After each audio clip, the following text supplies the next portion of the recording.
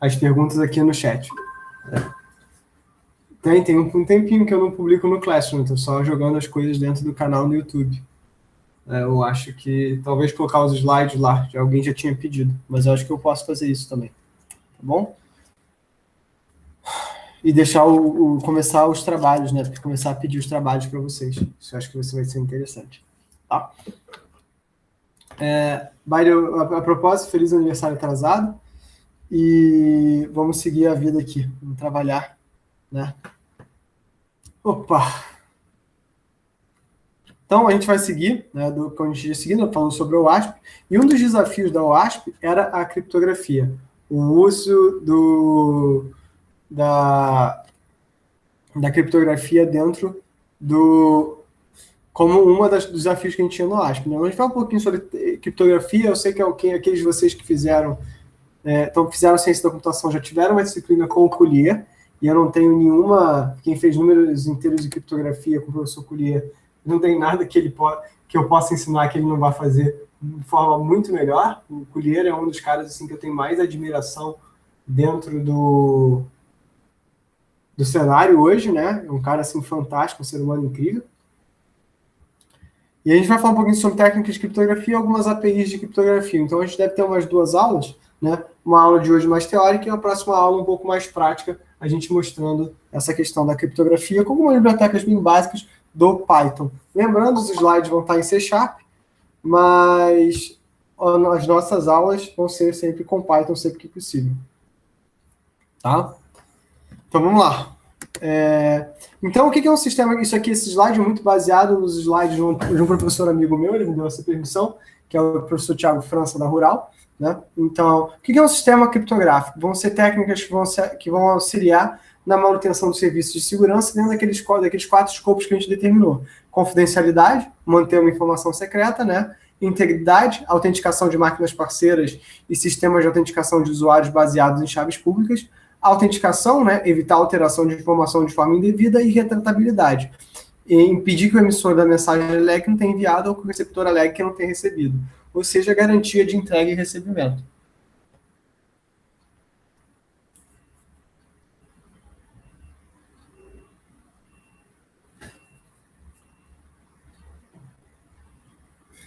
Então, vamos lá. Então, o que é a criptografia? É o processo de transformação de uma informação através de uma chave secreta, ou seja, de eu transformar a informação legível, que agora a gente vai chamar de mensagem, em informação que é ilegível, que a gente vai chamar de criptograma. Né?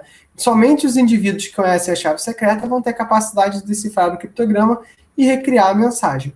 A dificuldade da decriptação reside em descobrir a chave secreta e não o segredo do método utilizado. Então, a ideia seria o seguinte, que você tivesse um conjunto de operações que fosse complicado o suficiente para que você não conseguisse descobrir a chave, ou seja, que o procedimento fosse público. Hoje em dia a gente já conhece quais são os procedimentos dos principais algoritmos de criptografia, e ainda assim a gente não consegue encontrar essas chaves. Criptografia é uma das áreas matemáticas mais interessantes, e é uma das interfaces entre computação e a matemática mais legais, e uma das áreas onde a gente mais está utilizando o aprendizado de máquina, o que eu acho uma coisa também muito bacana, muito interessante da gente ter, tá bom? Então, tem bastante coisa que a gente pode trabalhar utilizando, né, criptografia.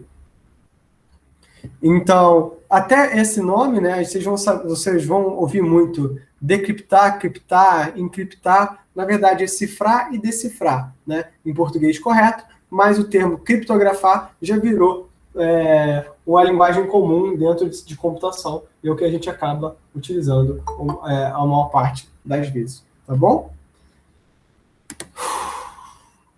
Eu peço desculpas, pessoal, mas eu já estou cansado que eu estou dando... A chave é uma sequência numérica ou de caracteres, Sabrina. Às vezes, por exemplo, a chave de um cartão de crédito é uma sequência de caracteres ASCII, letras e números embaralhados. Em geral, as chaves podem ser extremamente abstratas, elas não vão ser necessariamente algo que é inteligível por uma pessoa, não. Quem tem que entender mais é realmente a máquina, entendeu?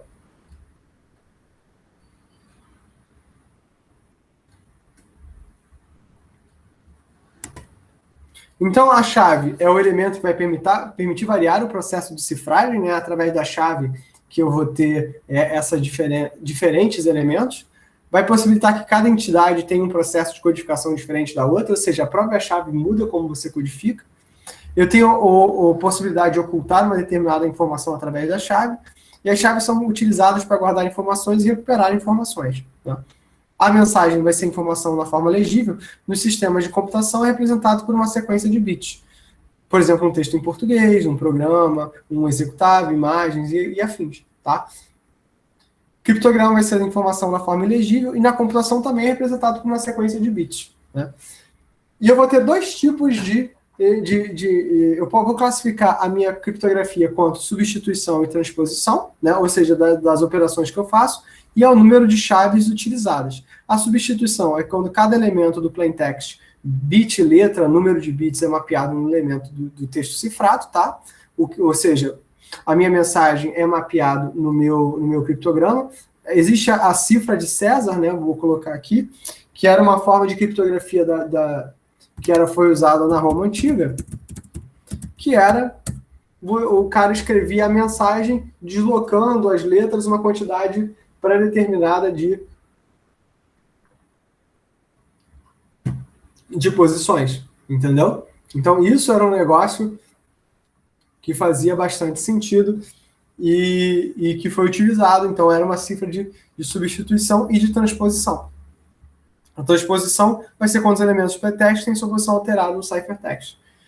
E quanto ao número de chaves, eu tenho a criptografia simétrica, onde eu tenho só chaves privadas, né? E aí as chaves privadas vocês podem pensar como, por exemplo, a senha do e-mail de vocês, né? Que não precisa ser necessariamente inteligível, tá? E chaves assimétricas, que são as chaves de sistemas de criptografia mais avançados, como o RSA. Né? O RSA é o algoritmo que você gasta o semestre inteiro para aprender em números inteiros e criptografia. E para quem não conhece o livro do professor Collier, Livros Inteiros e Criptografia, é uma ótima fonte bibliográfica para trabalhar. Tá?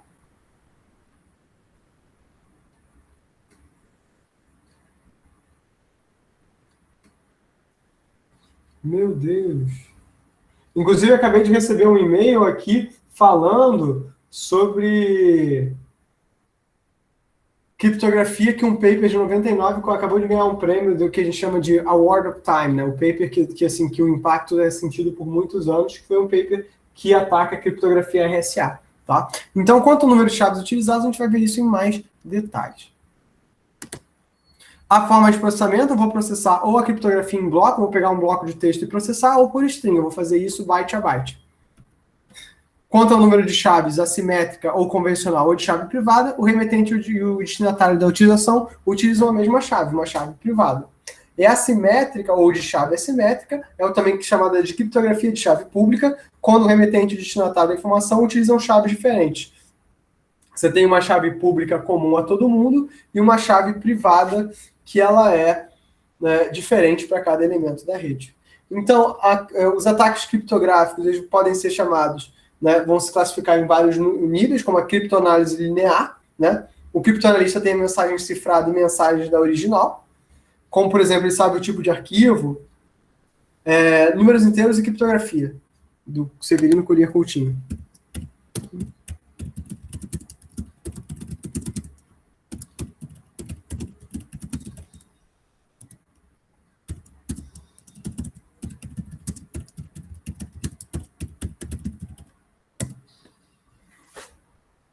Um dos melhores professores que tem no DCC e no IEM, tá? O Collier é fantástico.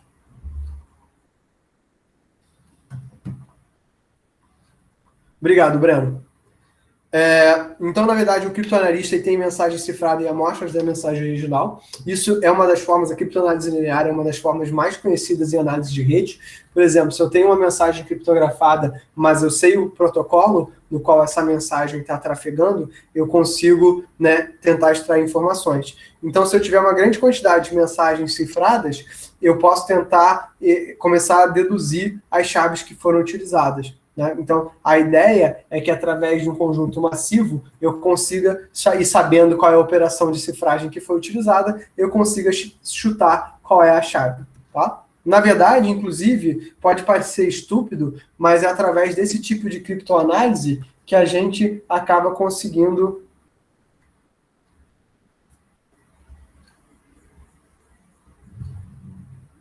que a gente conseguindo, né, por exemplo, quebrar coisas como criptografia quântica. A ideia da criptografia quântica é que se você conhece a chave, você não conheceria a mensagem através do uso de protocolos quânticos. Então, o que a gente faz é uma criptoanálise, que a gente chama de criptoanálise estatística, buscando partes comuns do que a gente pode achar, tá? Mas é um tema um pouco mais para frente. A criptoanálise diferencial, quando o criptoanalista conhece diferentes mensagens cifradas com a mesma chave, o algoritmo é conhecido, eu vou tentar analisar a diferença entre as mensagens cifradas.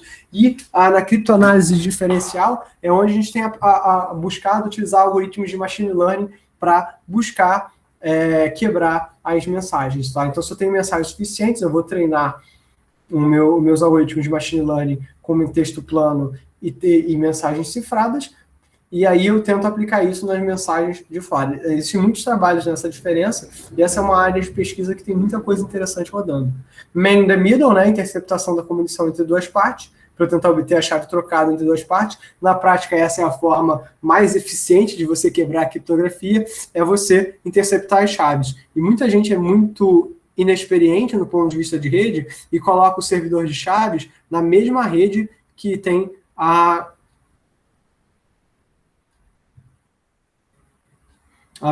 mesma rede que tem a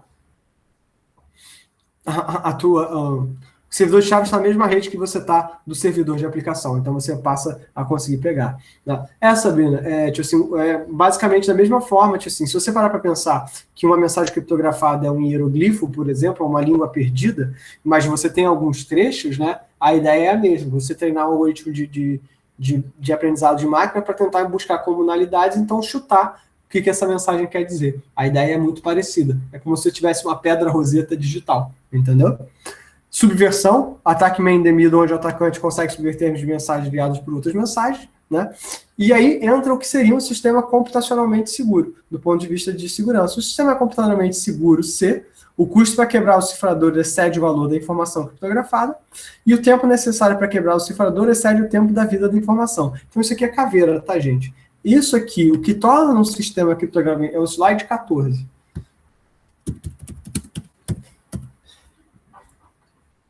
Caveira. O que torna um sistema computacionalmente seguro é uma questão de custo, né? Se o custo para você proteger uma informação é maior do que a informação vale, você não deveria gastar seu tempo com essa informação, tá bom? E o que são sistemas incondicionalmente seguros? Um sistema incondicionalmente seguro se ele é teoricamente inquebrável. Não interessa a quantidade de texto disponível, nunca terá informação disponível para essas chaves. E, na prática, você não tem nenhum sistema que seja inquebrável. Por exemplo, você tem a cifra de Vernon, que é conhecido como One Time Pad, que é cifra de uso único, desenvolvida pelo Gilbert Vernon da AT&T e o Joseph Malborn do exército americano, que é uma mensagem do mesmo tamanho da mensagem cifrada, e existe a lenda urbana de que esse é a cifra que é utilizada entre o telefone vermelho no Kremlin e o telefone na Casa Branca para ligar os dois grandes líderes mundiais para trocarem informações, tá? Mas isso é só uma lenda urbana, ninguém sabe de verdade. Na prática, que isso é inviabilizado pelo custo que teria de fazer essa criptografia, tá bom? Então, todos os métodos envolvidos em uso hoje eles são quebráveis, mas para você quebrar você precisa empregar tempo e recursos computacionais que eles não são facilmente empregáveis. Eu vi uma galera que tem tentando fazer criptoanálise usando o Raspberry Pi, então vão fazendo clusters de Raspberry Pi com sistemas dedicados de criptoanálise, né, com umas imagens para Raspberry Pi dedicadas, e isso não é não trivial.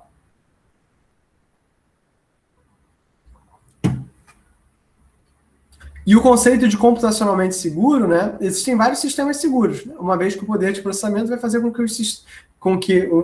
uma vez que você tem um custo muito grande para você quebrar. Mas conforme amplia o poder de processamento, né, isso faz com que os sistemas sejam cada vez menos seguros e a gente tenha que pensar em outras abordagens ao longo do tempo, tá?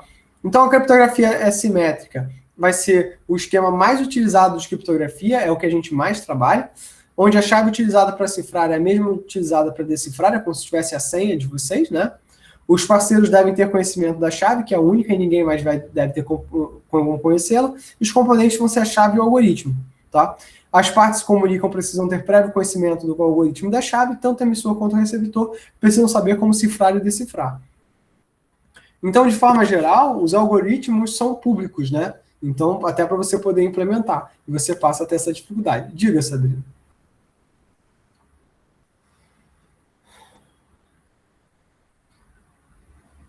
Pode falar. Vocês estão me ouvindo?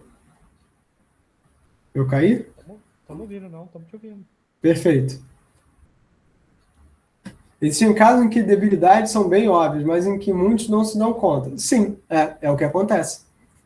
E aí, durante muitos anos, um sistema pode estar sendo explorado, essa falha, sem que ninguém saiba. A grande questão da segurança ofensiva, diferente da segurança defensiva, é que na segurança defensiva a gente publica sobre as falhas, né? Na segurança ofensiva, dificilmente alguém publica. Então, o que vai acontecer é que muitas falhas que existem podem estar sendo exploradas por entes maliciosos durante muito tempo, antes de se pensar numa solução, tá? E que muitos desenvolvimentos da segurança ofensiva eles surgem primeiro em fóruns especializados do que vão existir na academia. A academia está muito ligada à segurança defensiva. E essa é uma crítica que a comunidade acadêmica tem feito a si mesma, que é o seguinte: será que se por a gente se preocupar só com a parte defensiva, por uma questão até da ética, né, e a gente não se preocupar com a segurança ofensiva, a gente não está deixando passar certas coisas? Então essa discussão é uma discussão muito relevante dentro da comunidade e que a gente não tem conseguido resolver. Tá bom?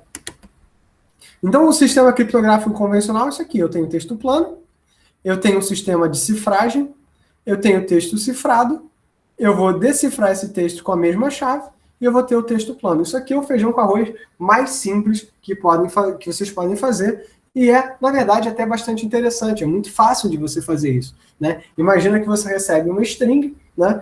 E aí a tua chave de cifragem é deslocar uma posição para frente. Tá? Então você pega a tua string, desloca uma posição para frente e envia isso via um socket. Na outra ponta, um cara que está ouvindo no socket vai receber isso, sabe que você deslocou uma posição para frente e vai deslocar uma posição para trás para saber a mensagem.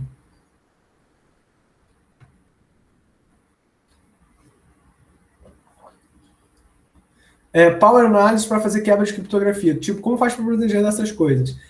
Breno, não faz, por enquanto. Na verdade, existem alguns modelos criptográficos chamados como criptografia homomórfica,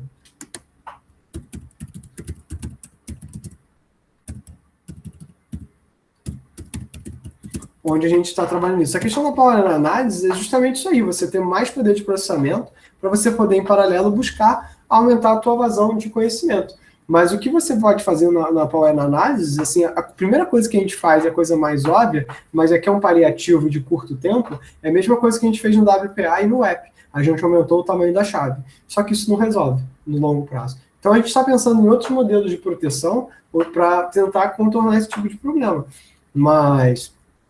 Ou então, mudanças completamente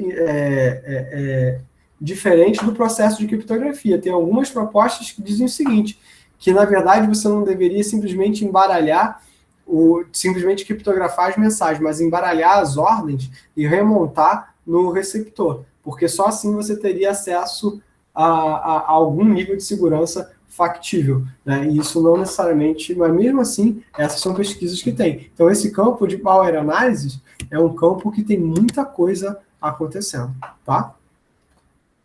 Então, olha só, a fonte da mensagem, o algoritmo de criptografia, a chave, o canal seguro para troca de chaves.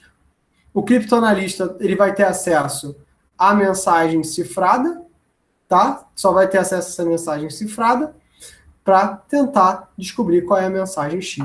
E agora nota que a criptografia tradicional parte do pressuposto que a troca de chaves é feita por um canal seguro. Ou essa troca de chaves é a chave que você definiu e você não passa para ninguém, ou isso está no servidor de chaves e no servidor de autenticação.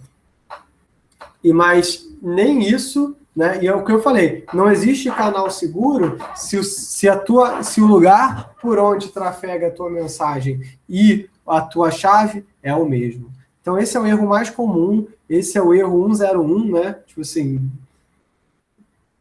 e é muito negativo trabalhar. Então, os algoritmos tradicionais de criptografia simétrica vão ser o DES, o Triple DES, o Ring-Jandel e o AES.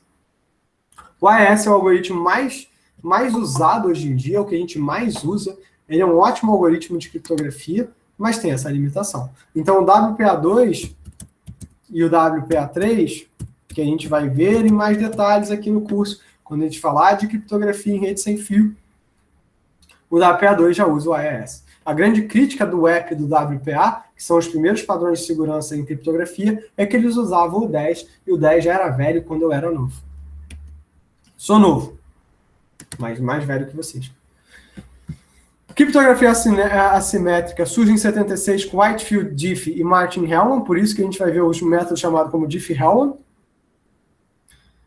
E era a solução para a distribuição de chaves em canais seguros, como, por exemplo, chaves de cartão de crédito que elas estão sendo disponibilizadas pelo ar. E consiste na utilização de um par de chaves, uma chave pública e outra privada.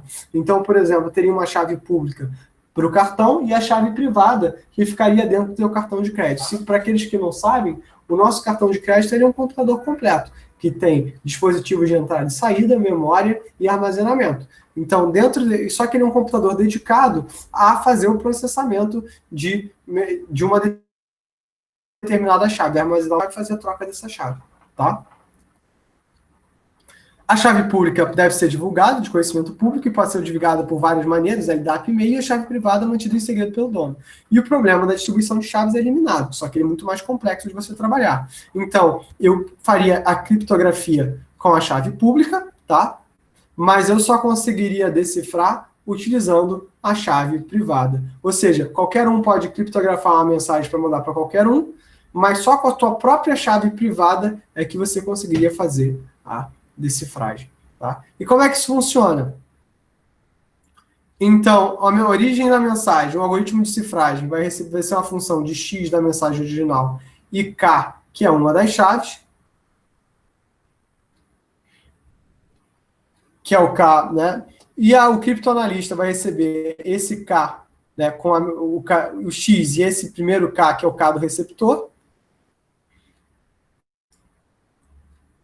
onde o algoritmo da decifragem vai receber esse Y, né, e vai tentar decifrar em função da chave e da mensagem que chegou. Então, a ideia é que eu consiga remontar X através da minha chave própria e do meu receptor. Tá? Então, a ideia é que o emissor, né, tenha um determinado par de chaves, né? Esse par de chaves ele é utilizado em processos de autenticação e confidencialidade. Então, eu posso ter duas cifras, né? Uma cifra para autenticar e uma cifra para decifrar. Né? Uma cifra de autenticação garante que o meu canal é seguro e uma outra cifra vai garantir que a minha mensagem é criptografada.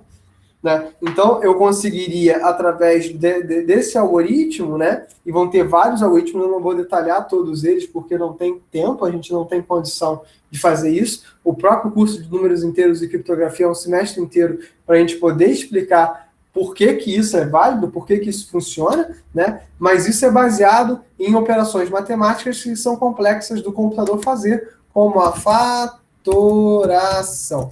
Né? Na verdade, a ideia é que você consiga chaves matemáticas de alta ordem de bits e fatorar números grandes é um problema para a gente. Então, um dos algoritmos mais básicos que a gente tem de fatoração é o crivo de Eratóstenes. Eratóstenes era um matemático da Grécia Antiga, na verdade, se eu não me engano, ele era de Alexandria ou da Turquia, alguma coisa assim, e ele era o chamado de o pentátulo, porque ele não só era matemático, mas ele era astrônomo matemático, astrônomo, geógrafo,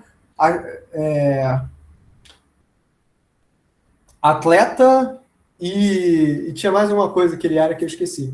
Mas ele era, inclusive, um astrônomo muito famoso, e foi por causa do Eratóstenes que a gente descobriu a circunferência do planeta Terra, e ele utilizou isso usando proporções geométricas, né, para aqueles que acreditam que a Terra é algo próximo de redondo. Né? A Terra não é nem redonda, ela nem é helicoidal, né? A Terra é alguma outra coisa parecida, mas é muito mais com certeza, pelo que o Eratóstenes demonstra para a gente, a Terra não é plana. Então, se você acredita nisso, né, por favor, não acredite nisso. Tá? Dá uma olhada no que o Eratóstenes fez e tenta, né, concordar ou discordar disso. Tá bom? Então, né, não, Sabrina, assim, a gente nunca expulsa alguém da sala de aula.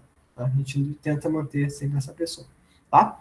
Então, o Eratóstenes, ele criou um crivo que era o primeiro um algoritmo de criptografia mecânico, né? Um algoritmo, não, de criptografia, não, de fatoração mecânico, que era baseado nos saltos numéricos. Implementar o crivo de Eratóstenes, o problema é que o crivo de Eratóstenes, quando implementado no computador, ele é muito ruim de você fazer, principalmente para números grandes. Cláudio, o que é um número grande? É um número de mais de 200, 300 dígitos, tá? Então, esses são números que você não sabe dizer se o número é primo ou não, porque faturar é muito difícil. Então, é claro, por definição são números ímpares, porque se o número é par, acabou, você já sabe que pelo menos múltiplo de 2 ele é, mas, na verdade, o que a gente busca são números primos. E como descobrir se algo é primo ou não é complicado, né? É que tem. É o que a gente chama de números abelianos.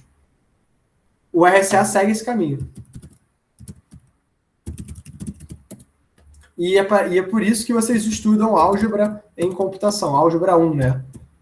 Álgebra 1 vem para ajudar nessa questão de criptografia, de teoria de números inteiros. Então, a computação, ela evolui de uma sub-área da matemática, que é a teoria, que é a matemática discreta, né? Que a gente vai utilizar bastante dentro da computação de forma geral. Por isso que eu digo, para aqueles que gostam de matemática, criptografia é uma das grandes áreas onde a gente utiliza bastante matemática. O próprio Turing, né, um matemático, e um dos grandes trabalhos do Turing não é só a máquina de Turing, né, com a tese de Turing-Church, que eu acho que todo mundo que é de computação só pode sair do curso sabendo enunciar qual é a tese de Turing-Church, tá?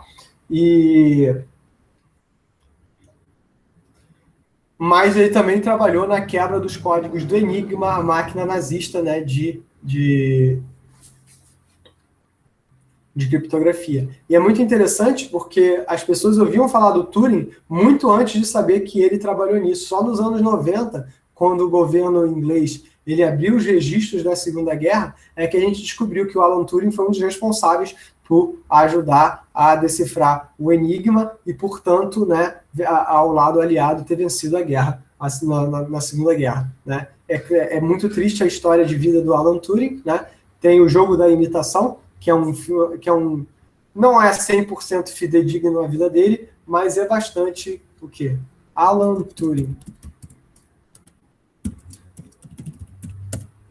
Tese de Turing-Church.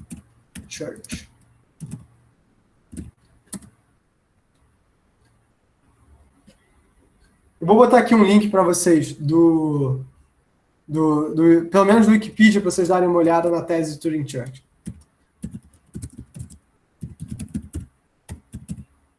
Junto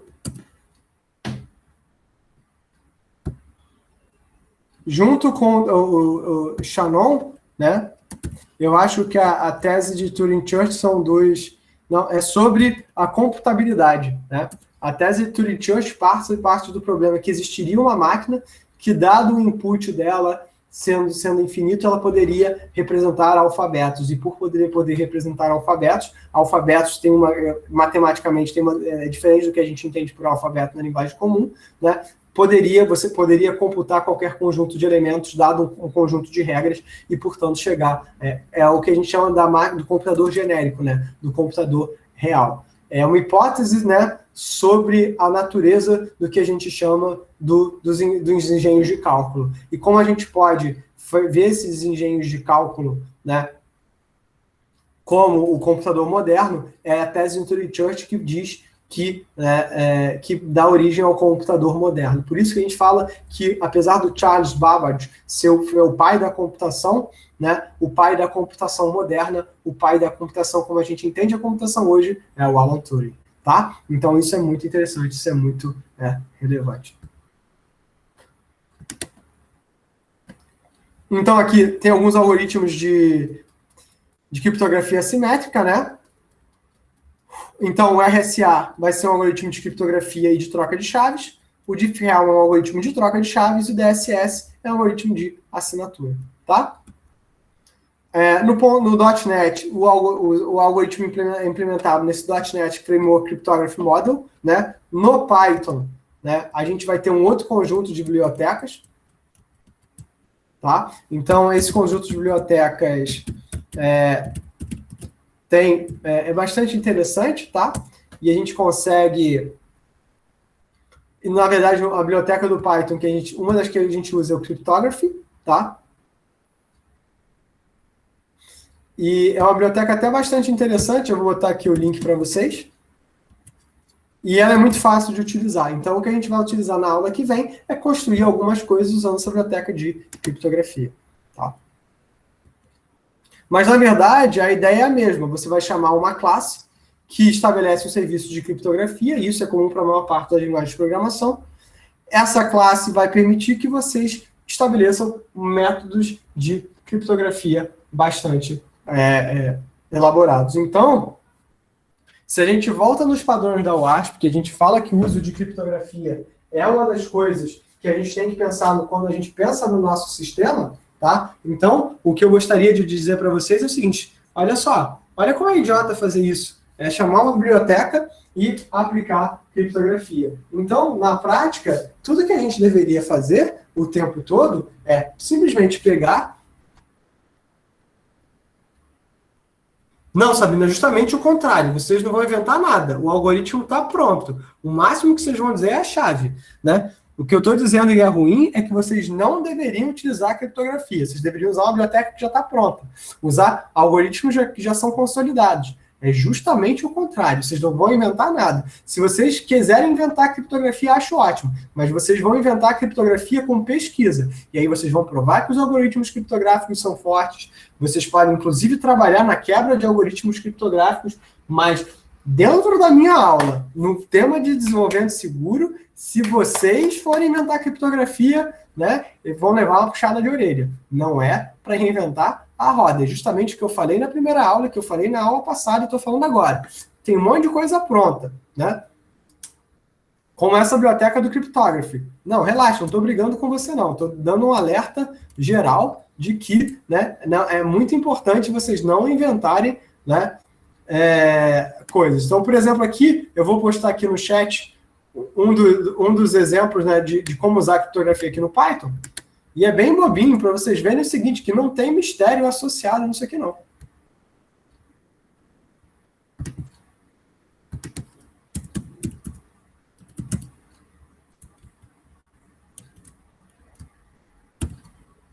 Esse é um exemplo do uso da biblioteca de criptografia, né? Dentro da biblioteca de criptografia, eu posso pegar o método de Fermat, que é o método de geração de chaves, e usar a função encrypt. E depois eu uso a função decrypt. Então, se você quer fazer um chat criptografado, né? Ou seja, melhor do que o WhatsApp no original, você abria um token de um lado, abria um socket de um lado, abria um socket do outro lado e criptografava as mensagens com algum modelo de chave. E o que é interessante é que você não tem só para o AES, mas você tem o exemplo do simétrico, tá? Então, existem diversas bibliotecas, né? Meio do código. Sim, sim, sim. No momento que você receber, né? E não terá uma classe separada. Normalmente, Sabrina, a pergunta da Sabrina é muito boa. Onde é que eu coloco isso? Normalmente, a gente vai usar uma classe de segurança separada para poder fazer esse tipo de coisa. De forma que você isole o teu código. Então, na verdade, naquele modelo de orientação a objetos, você tem uma classe que recebe como input o texto criptografado, né, e dá como output o texto decifrado, né, para que o resto do sistema possa trabalhar. Então, você tem como se fossem umas caixinhas.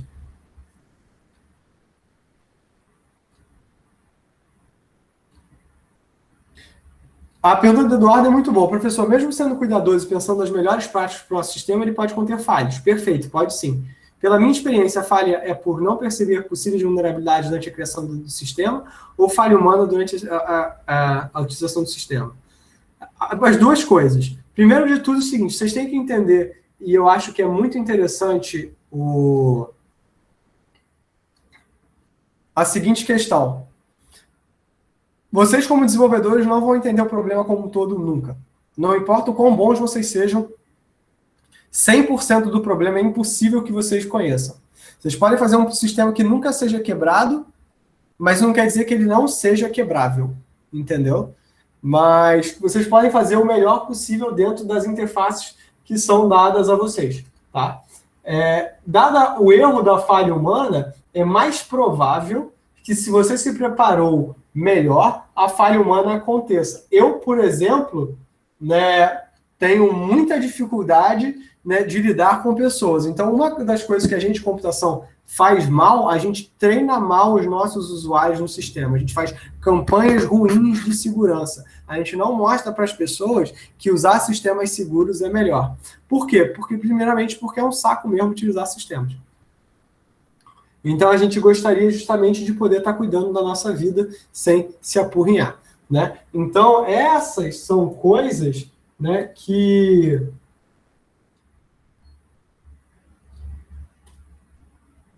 a gente tem que sempre estar pesquisando, tem que estar sempre se preocupando. Então, é muito difícil você manter 100% de segurança, tanto no design do sistema, quanto em relação à falha humana. Mas com as práticas que a gente está discutindo, é mais provável que a falha humana ela seja menos, né, a falha do desenvolvimento ela seja menos aparente do que a falha, por exemplo, no uso. A falha do uso, mas lembrando do que a gente falou na aula 1, a falha do uso é uma falha do sistema na hora da implantação, que a gente não conseguiu engajar o usuário disso. Então, ensinar o usuário a usar o sistema, engajar o usuário a usar o sistema, mostrar para ele que isso resolve problemas, né, que ele possa vir a ter, é importante, tá? Mas não busque 100% da tua capacidade de apresentar, né,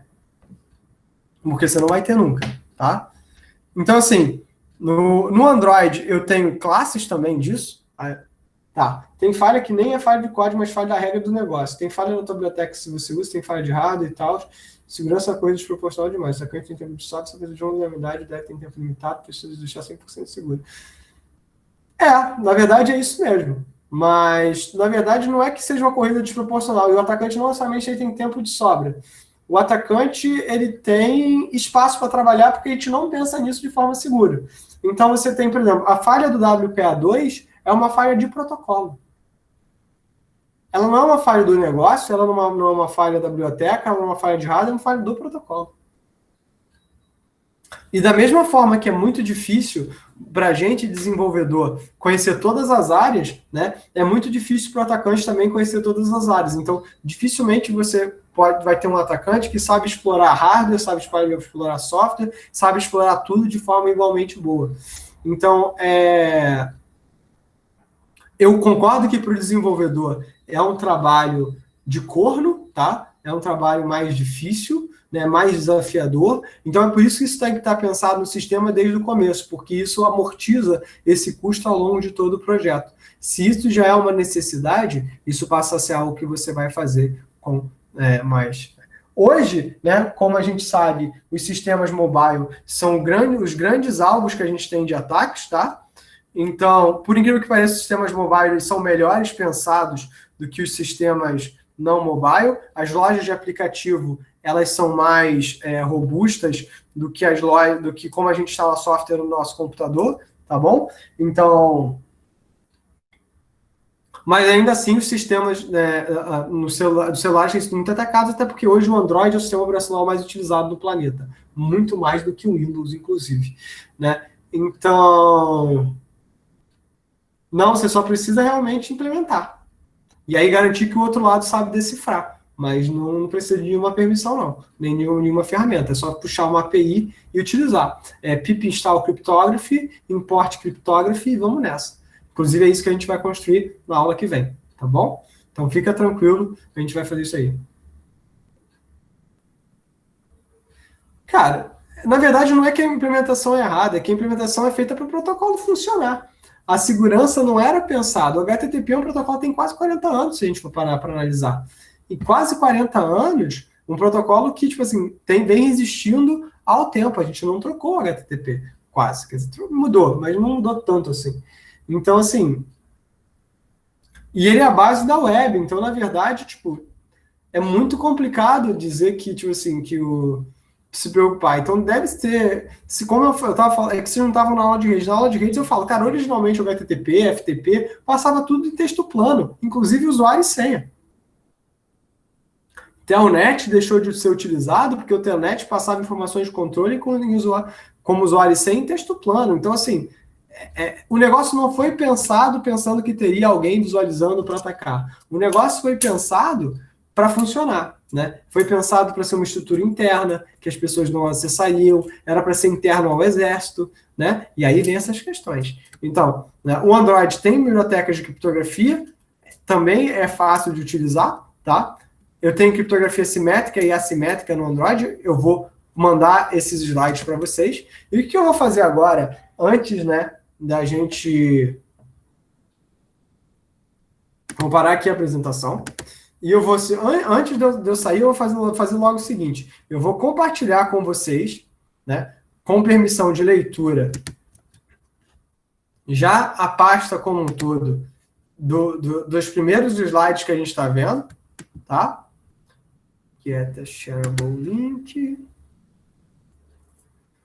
E olha só, eu vou dar esse link aqui para vocês, eu vou colocar lá no Classroom, mas eu vou pedir o seguinte, né? Por favor, né? Vocês podem usar os slides se vocês quiserem, não tem problema. Eu não tenho nenhum problema em dividir os slides com vocês. Nada disso. Calma, Sabrina. Calma. Né? Tipo assim,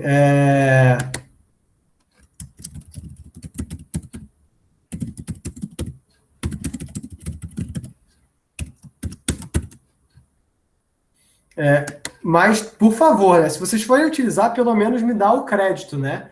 Eu tive um caso recente que eu emprestei os slides para determinada pessoa, o cara botou o nome dele mesmo e apresentou os slides os meus slides como se ele tivesse feito. E aí eu fiquei assim, mas que safado, que Zé Ruela, né? O cara não fez de maldade, mas depois ele me pediu desculpas porque entendeu que tinha feito besteirinha.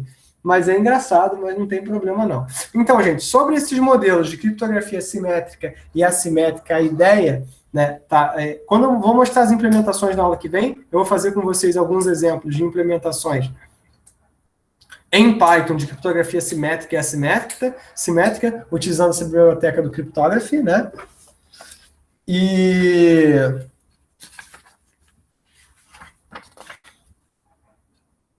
isso vai ficar mais claro, né?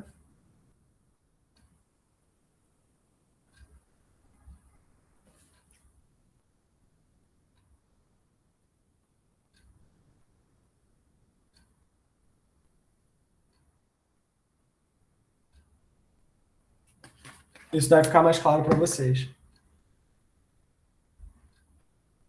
O Meltdown e o SPECT seriam falhas no processador, mas o que seriam essas falhas mais detalhadamente? Cara, essas falhas eram falhas na instrução do processador, tá? Então, se você para pensar, assim, eu não sei quantos de vocês já fizeram arquitetura de computadores, mas se vocês forem parar para analisar, tudo que você implementa em software, você pode implementar em hardware e vai ser mais rápido, tá? Mas vocês fizeram, então assim, o que acontece é que essas coisas que você implementa em software ou em hardware, elas acabam sendo também instruções. Então, da mesma forma que o teu software, tudo pode ser implementado em hardware, né? Dedicado. Por exemplo, os primeiros decodificadores H264, eles não eram implementados em software, eles eram feitos em hardware, né? Na verdade, o que a gente faz hoje com software é utilizar um hardware abstrato, um hardware genérico, para realizar funções específicas, mas você pode desenhar uma placa que realiza uma função específica. Inclusive, existem muitas placas que implementam criptografia direto no hardware. Então, o Spectre e o Meltdown são falhas no desenho das placas, tipo circuitos lógicos, Então, o que acontecia é que o Meltdown Spectre aprovava que o desenho de determinadas placas era muito ruim, né? Inclusive, eu tenho um trabalho de um outro aluno de mestrado, que ele é muito bom, né? que ele usa uma tecnologia da Intel chamada Intel SGX, que é uma tecnologia de criptografia a nível de hardware, para você trabalhar computação em nuvem, e ele mostra que a Intel SGX realmente é muito boa, mas ele invadiu uma implementação da Intel SGX, né, para mostrar que estava com problema. E tinha uma das implementações feitas num processador específico que estava com problema. A ideia do Meltdown do Spectre é que essa implementação em hardware, às vezes, também pode estar com problema. Entenda o seguinte, por que a gente programa em Python? Porque em Python você faz muito código, muito rápido, de forma muito fácil, né, sem se preocupar com as abstrações da máquina. Quando você desce do Python para C, você já tem que se preocupar com uma série de coisas, alocar e desalocar memória, ponteiros, coisas que no Python você não precisa. E quando você desce do C para o Assembly, você já tem que se preocupar com muito mais coisa, né? Programar em Assembly é muito difícil, né? Qualquer um consegue fazer, tá? Só que quando você sai do Assembly e vai para a máquina propriamente dito, que você tenta implementar aquelas funções dentro de um circuito lógico, né? De um CL, a coisa ainda é mais complicada. E quanto mais difícil, mais suscetível a erros as coisas vão estar, tá bom?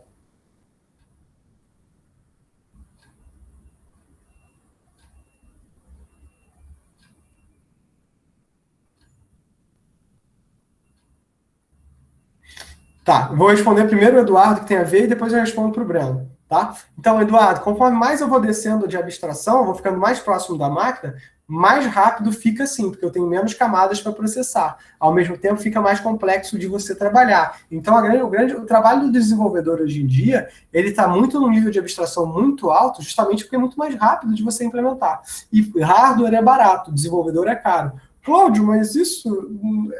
Hardware é barato e desenvolvedor é caro? É, cara, desenvolvedor é muito caro. Desenvolvedor é muito caro. Né? Então, questão de side channel temporal também, né? Falhas de CPU, né? Na verdade, cara, a grande questão é o seguinte, essa questão do side channel é uma coisa que você podia implementar em software, né? Quando você implementa em hardware para ganhar desempenho, né? Você abre um espaço para você trabalhar, né? E isso é problemático. Né? Então, tipo assim, tudo que você faz pode gerar falhas. Né? Então, por exemplo, existiam falhas em roteadores, tem falhas em sistemas operacionais, e essas falhas permitem você ganhar sistema.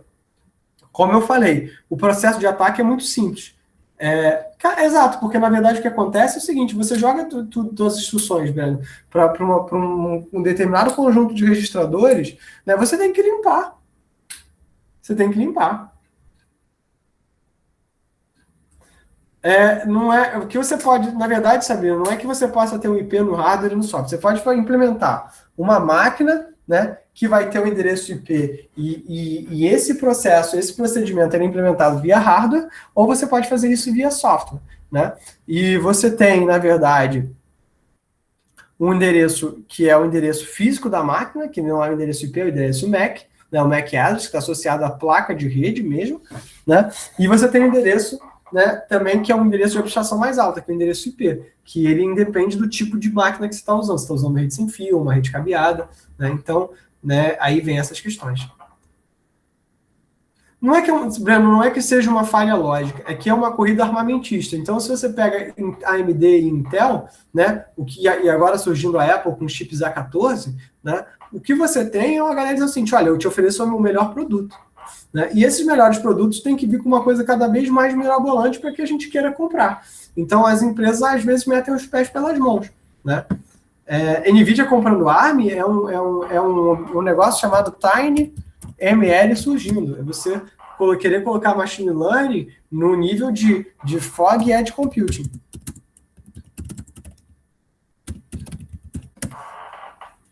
Tá?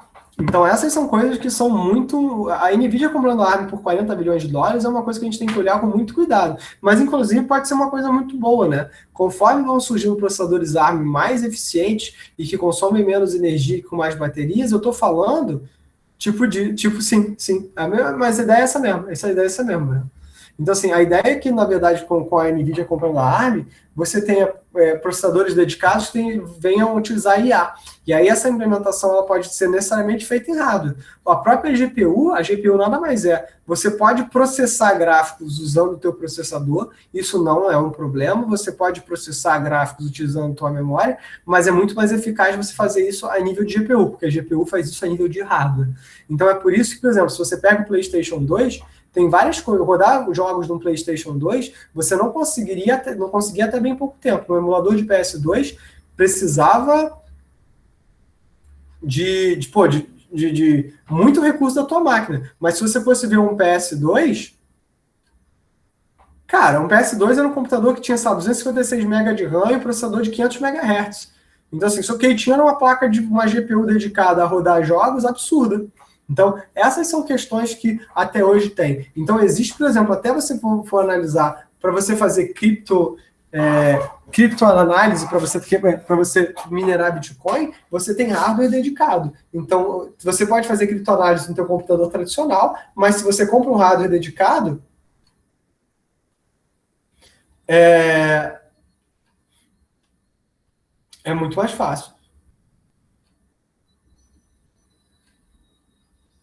Cara, não é que vai dar ruim, entendeu? É porque o cara tá assumindo o seguinte, olha, tipo assim, isso aqui não é uma máquina geral, isso aqui é uma máquina dedicada a rodar jogo. Então, o que eu faço a maior parte das instruções vão passar pela GPU. Eu não acho que ele não vai ter uma conexão, o Xbox não vai ter uma conexão de GPU com o CPU. É que, na verdade, ele vai triangular, tá? Para você poder ter umas funções básicas rodadas via GPU, tá? Via CPU, mas bem básicas. Agora, é um projeto de hardware diferente. Entenda, esse modelo que a gente tinha de computação baseado nos modelos Intel, ele mudou muito, vai mudar fortemente. Então, vocês podem começar a ver que os próximos grandes consoles, eles provavelmente não vão vir mais com processadores Intel, eles vão vir com processadores ARM, tá? Então, PS6, a próxima linha do Xbox, eles vai ser direto à memória de vídeo. Isso, exatamente. Exatamente. São arquiteturas de processamento completamente diferentes. E uma coisa que, para quem trabalha com hardware, eu trabalho muito com sistema embarcado, é a seguinte coisa: mudou a arquitetura, mudou o assembly. Então, por exemplo, eu trabalho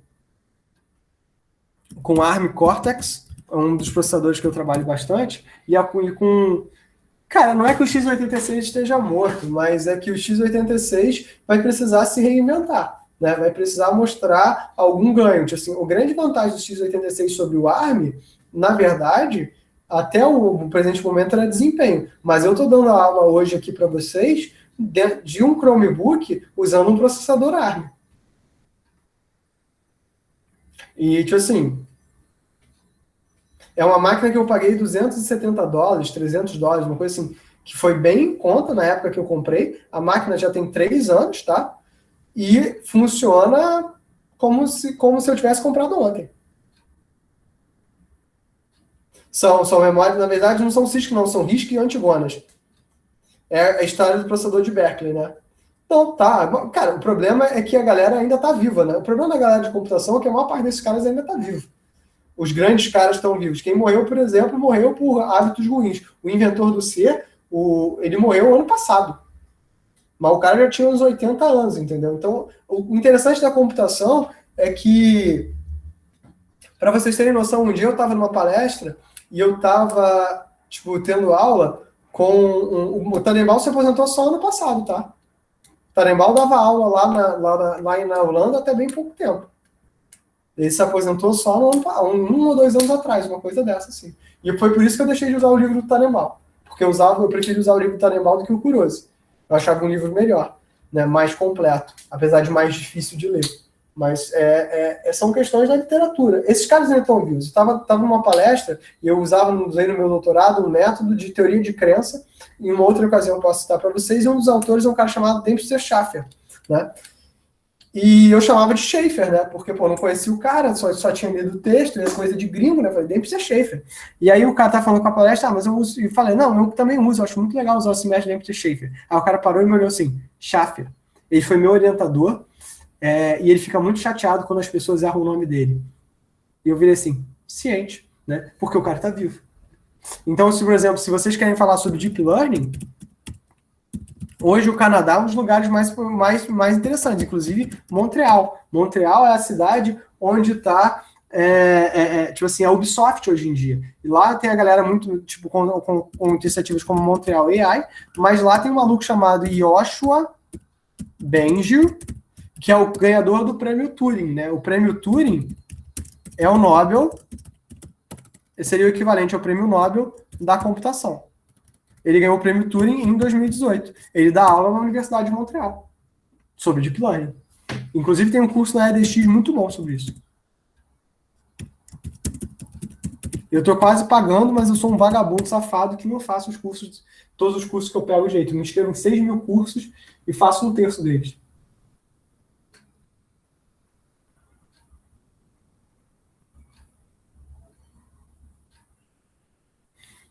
Universidade de Montreal. Universidade de Montreal. Deep Learning, no EDX.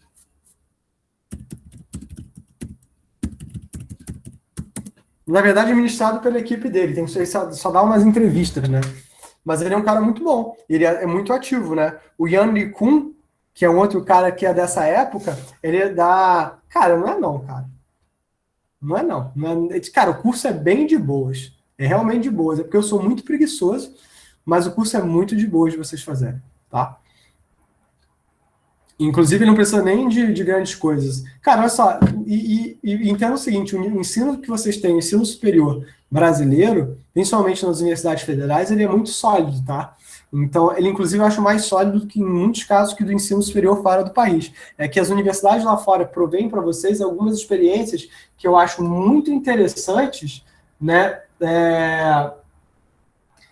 Que a gente provê pouco, né? Que é esse contato com atividades mais práticas, deixar vocês mais livres para vocês fazerem mais projetos. E eu acho que vocês aprendem muito com o projeto, entendeu? Eu acho que vocês aprendem muito com o projeto. E eu acho que isso é muito interessante, tá?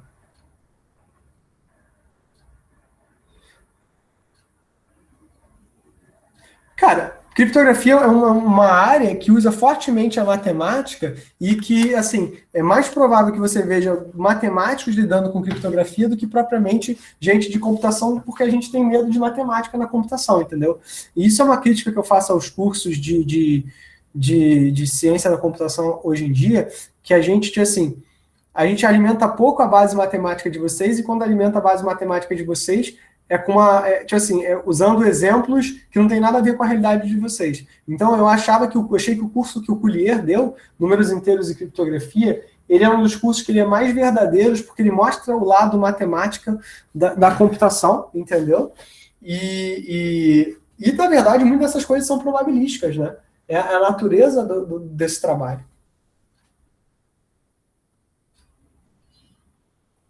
Não, o Collier acho que ainda dá números inteiros de criptografia. Não dá, gente? Pelo amor de Deus. Como é que um cara desse não vai dar um curso maravilhoso desse, não?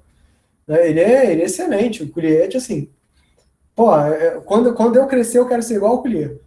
O cara é demais. O cara é bom, um bom pesquisador, o cara é bom professor, o cara é gente boa. Cara, é incrível. Ele é realmente fora de série. Fora de série.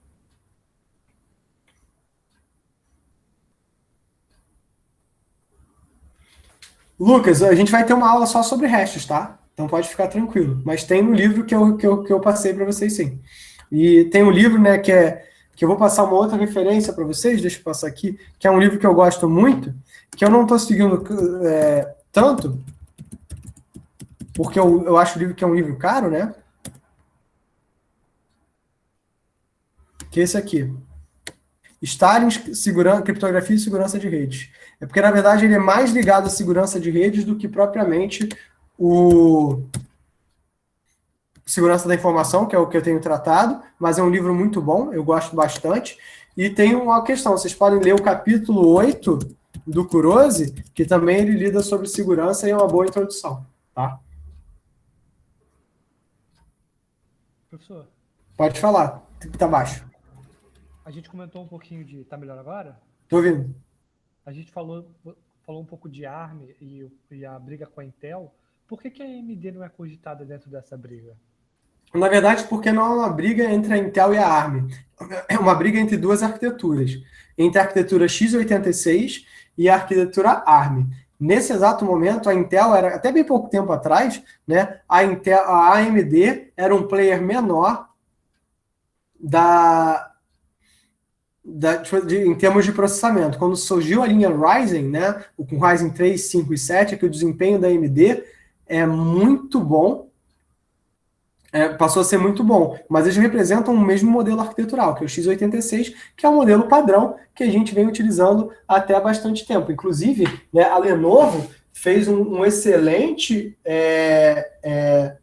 trabalho, né, tipo, usando essa linha Ryzen e a linha deles do IdeaPad, que é a linha deles mais caseira, hoje está com ótimo desempenho, justamente por isso o AMD Ryzen. Mas a questão não é que seja Intel, ARM, Intel como empresa, é a arquitetura Intel x86, que é a arquitetura padrão nos últimos 30 anos da computação pessoal, versus a arquitetura ARM para a computação pessoal. Então, mais nessa linha, entendeu, Eduardo? Não é mais uma questão bem Intel AMD como empresas. É mais uma linha dessas filosofias de trabalhar. A linha que a gente usa hoje nos computadores tradicionais é o que a gente chama de uma linha CRISC, né? Que é CISC, RISC, e quando vocês fizerem arquitetura, vocês vão ver muito bem o que isso quer dizer. Né? Mas tem a ver com como a gente processa as instruções. E os processadores ARM, em sua grande maioria, eles são processadores que a gente chama de RISC, que eles seguem um set de instruções muito bem definido, mas que são muito mais fáceis de você implementar.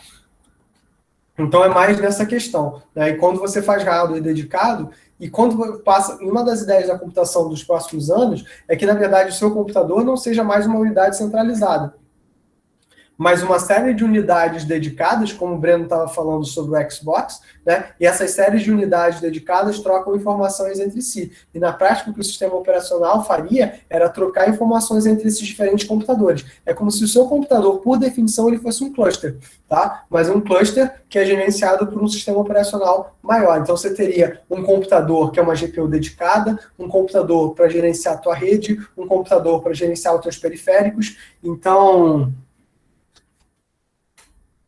a ARM não tem produção, a ARM só vende, pesquisa e faz projeto. Isso, a ARM não tem uma produção própria.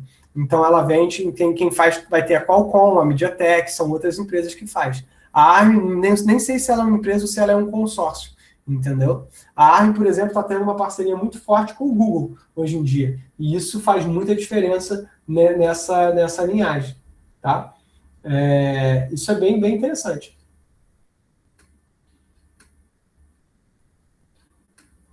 Ok?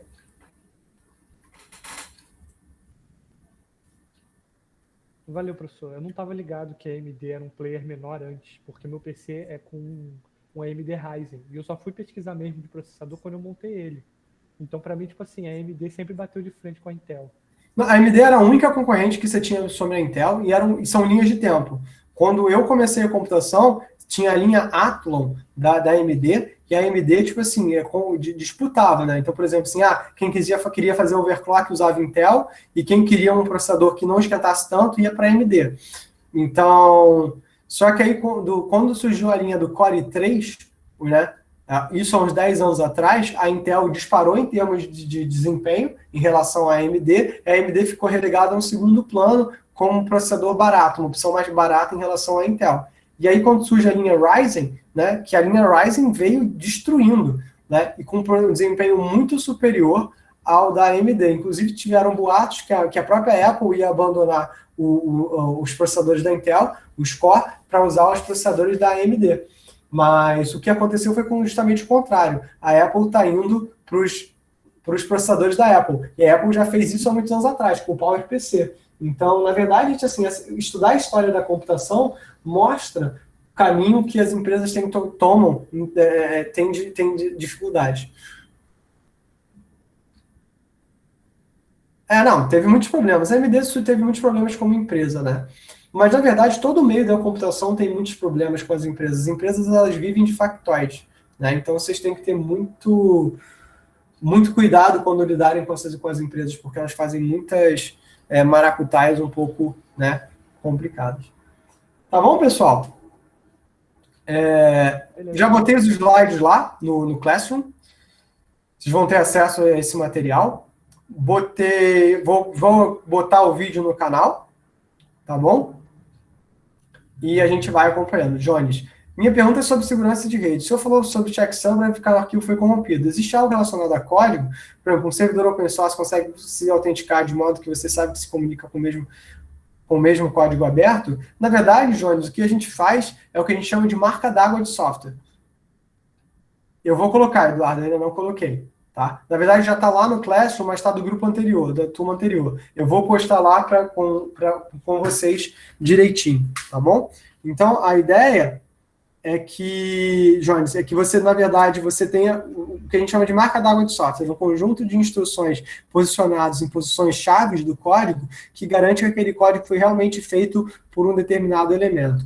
O código ser aberto não necessariamente é uma questão, porque, na verdade, a comunicação é algo protocolar. O checksum, ele faz integridade para garantir que ninguém alterou o código, mas o checksum ele não é perfeito. Se você for olhar no capítulo 3 do Kurose, se eu não me engano, a seção 3.4, né, que a gente está falando, 3 não, seção capítulo 4 do Kurose, eu acho que o checksum está no capítulo 4, né, você vai ver que o procedimento de checksum é uma soma binária, e somas binárias podem ser enganadas. E por que a gente usa o checksum? O checksum não é uma garantia de que no arquivo não foi corrompido, mas que se não o checksum está diferente, é que o arquivo foi corrompido, com certeza. Então, é mais nessa linha. É mais uma checagem de integridade física e não de integridade lógica, que é o que eu acho que você está buscando. Nesse caso, o que você vai ter vai ser marca d'água de software, que a gente deve ter uma aulinha falando sobre marca d'água de software mais para o futuro. E eu vou convidar um outro professor para dar essa aulinha, que é um colega meu, que fez o mestrado dele nessa área. Tá bom?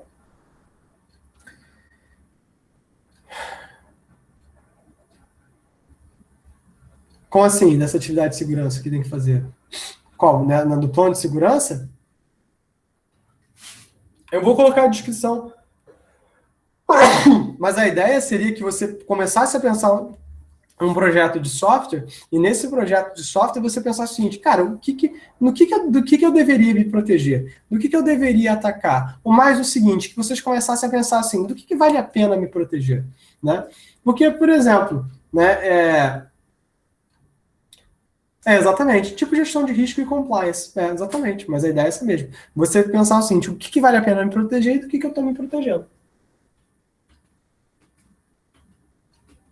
Não, é para pensar no risco. Vulnerabilidade ou ataque são coisas que são mutáveis. Você tem que pensar do que você quer se proteger e como você quer se proteger.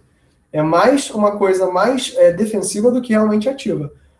Conhecer a vulnerabilidade e os ataques é o que te permite, né, pensar do ponto de vista defensivo. Entendeu?